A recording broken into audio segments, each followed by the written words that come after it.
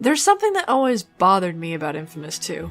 For a game series that focuses its narrative around the origins of superheroes, there's one in particular that feels as though they left out one important detail.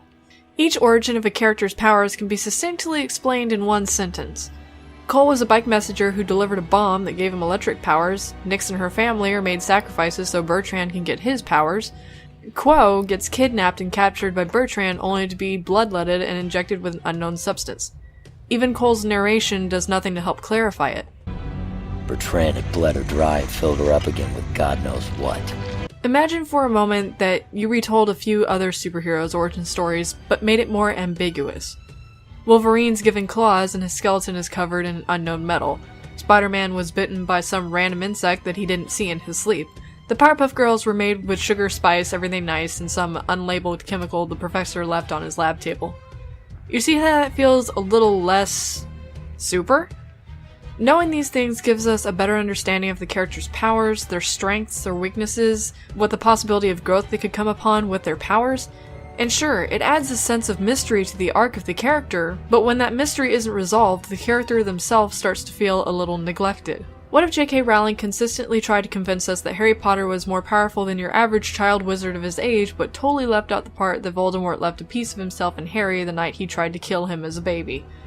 What if Luke Skywalker was trying to learn how to become a Jedi and Obi-Wan completely left out the part about the Force? What if Sauron was the biggest, baddest elf lord in all of Middle-earth's history and all we knew is that he had a ring with a fancy inscription on it? What if Aang could bend all 4 elements but the legend of the Avatar didn't exist? What if your entire world was populated with superheroes after a planet-spanning force made all the people with superpowers go extinct? Oh wait, they already messed that one up. But you get where I'm going with this, right? Before that massive plot black hole opened up, the only way a prime conduit in Infamous had gotten powers was through the usage of a ray sphere.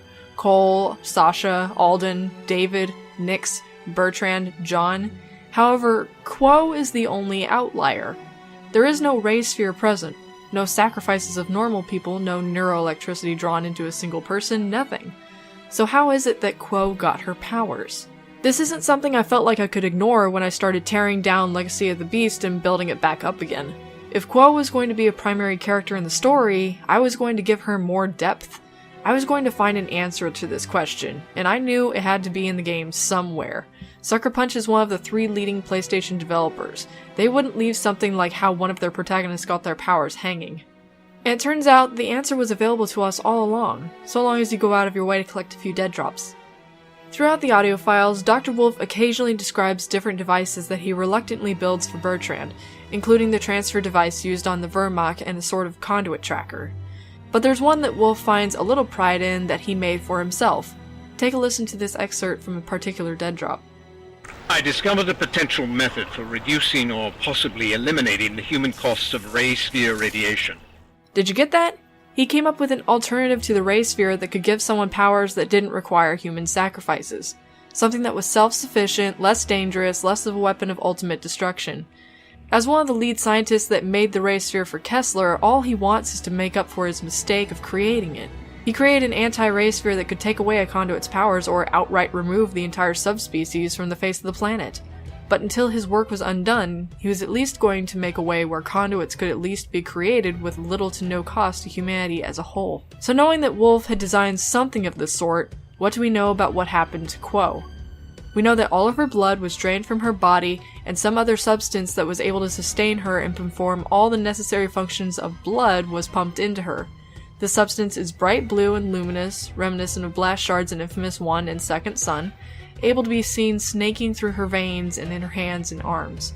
And the presence of the substance in her body activated her conduit gene and gave her ice powers. Who's to say that Wolf didn't create some sort of serum or injection that would use ray field energy produced by the ray sphere, blast shards, or blast cores? Something that was originally intended to be given to the potential conduit through a syringe or IV. What if the serum could contain a plasmid to transfer powers from one conduit to another? What if this serum could activate her dormant conduit gene in some other way through epigenetics? On top of all this, Wolf pitched this idea to Bertrand, who gave the following reply. Excerpt from audio surveillance of Joseph Bertrand, file A075. I didn't join the First Sons for the betterment of mankind. I joined them because I want powers. has a purpose for me, that I might better myself and use my gifts in his name. Besides, I'm tired of waiting. I've already assembled the prisoners, the ray sphere. It's already in motion. Tonight, I will become the Sword of God. He rejected it. He wasn't willing to put money into Wolf's project. Conduits being able to get their powers benevolently didn't fit with his notion that powers were the work of the devil, and that obtaining them through human sacrifice fit perfectly with his narrative. But when he captures Quo, he turns that serum into a method of torture, and the first step to creating the ice soldiers through the transfer device, thereby allowing him to start a conduit arms race with his corrupted swamp monsters as the opposition.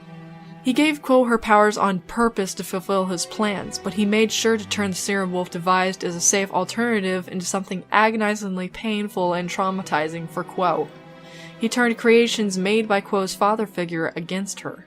On top of all this, if this is something that Wolf recorded in his research notes, it could be one of the ways that Augustine in Second Son is sharing her powers with her DUP soldiers, using either the serum, a variation of the transfer device, or both. And even then, if Augustine is so desperate to stay in business, why wouldn't she use the serum on people who have the conduit gene but haven't manifested their own powers yet? It allows her to place another conduit on the streets for people to despise and for her pawns to round up. So there you have it, guys. I know it's probably not as concrete as you'd want it to be, but it's a whole lot better than God knows what. It's a theory that I find pretty valid and fits well within the universe, and you'll see this theory come into play in Legacy of the Beast when I finally finish it. If you guys want me to keep making more analytical talking point videos like this, please leave a comment below on what you'd like me to tackle next. It can be my opinion about something, or even just a theory or rundown of a topic. I've got a few more ideas I'm working on for the inFAMOUS series, so hang tight and I'll be happy to gather your suggestions for future reference. And now that I've accumulated almost double my subscriber count in a single month with Kingdom Hearts fans, I'm going to try to alternate between an inFAMOUS video and a Kingdom Hearts video to keep everyone invested. If you enjoyed this video, give it a like and subscribe to the channel to get more like it in the future. Feel free to click the links in the description to come join me on my Discord channel, or come follow me on Twitter. There's also a link down there to read the first several teaser chapters of Legacy of the Beast if you want to check that out. If you find that you like it, you can still follow me and get periodic updates to my progress on it. Until then, I'll catch you guys later.